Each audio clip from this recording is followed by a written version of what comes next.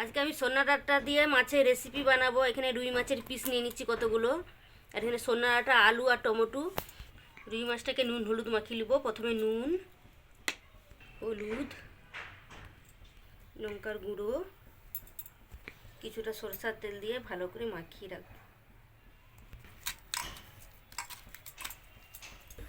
কড়াটা আমার গরম হয়ে গেছে, আমি সরষের তেল দিয়ে মাছগুলো ভাজা করে নেব। সরষের তেলটা গরম হয়ে গেছে, কিছুটা নুন দিয়ে দেবো যাতে মাছগুলো না ভাঙে। ভালো করে তেলটার সঙ্গে নুনটা মিলিয়ে দেবো। এক এক করে মাছের পিসগুলো আমি ভাজা করে নেব।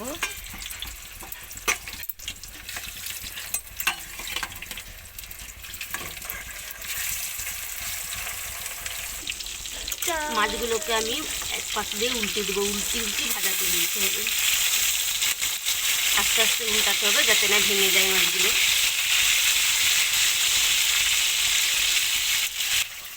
এখানে পেঁয়াজ, আদা আর রসুন। মাছগুলো আমার ভাজা হয়ে গেছে, আমি এক এক করে মাছগুলো সব তুলে নেব।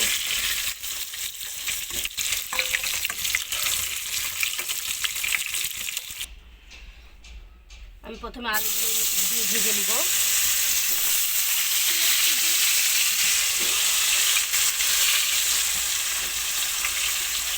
নুন, হলুদ ভালো করে ভাজা করে নেব। আলুটা আমার ভাজা হয়ে গেছে, আমি এবার সোনা ডাঁটাগুলো দিয়ে দেবো। সোনা ডাঁটাগুলোকে একটু মিশিয়ে নেব। এটা বেশি ভাজা করবো নি, আমি এখানে টমেটো আর পেঁয়াজ ছিল সেগুলো দিয়ে দিই। এগুলো একটু পেঁয়াজগুলো নেড়ে নেব 1 মিনিট ধরে। কালারের জন্য আমার সামান্য একটু হলুদ লাগবে আর সামান্য নুন স্বাদের জন্য।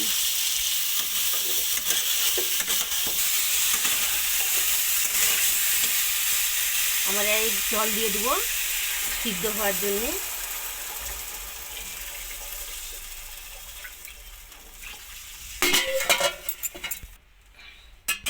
ঢাকা দিয়ে কিছুক্ষণ সিদ্ধ করে নেব।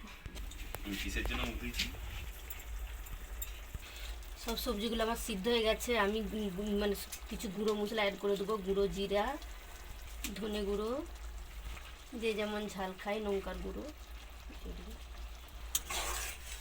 এটাকে দিয়ে কিছুক্ষণ ফুটিয়ে নেবো। আমার তরকারিটা হয়ে গেছে, আমি এবার ঢেলে নেবো, নিয়ে কষে দেখাচ্ছি। এবার কষে নেবো। আমি কড়াটা তেতে গেছে, কিছুটা সরষের তেল দিয়ে দেবো।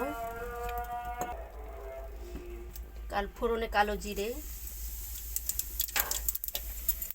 পেঁয়াজ কুচি,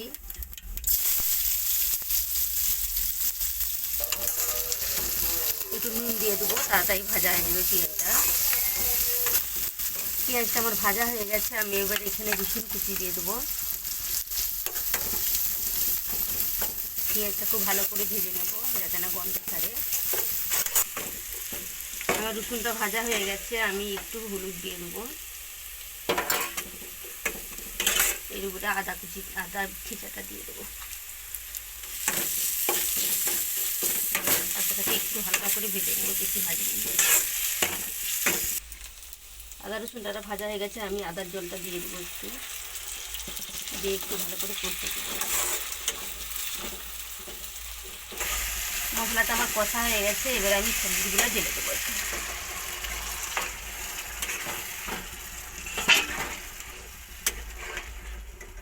সামান্য একটু জল দিয়ে দেবো। এতে যে যেমন ঝোল খাবে সেরকম জল দিবে।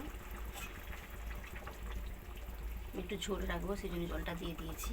ঝোলটা ফুটে উঠলে এই মাছগুলো সব দিয়ে দেবো এক করে। ঝোলটা আমার ফুটে গেছে, আমি এক এক করে মাছের পিসগুলো সব দিয়ে দেবো।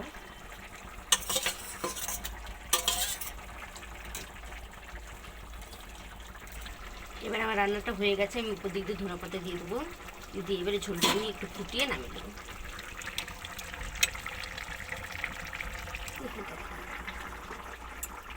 এবার রান্নাটা আমার হয়ে গেছে, আমি এবার ঢেলে নেবো। আপনারা এইভাবে বাড়িতে বানিয়ে দেখতে পারেন।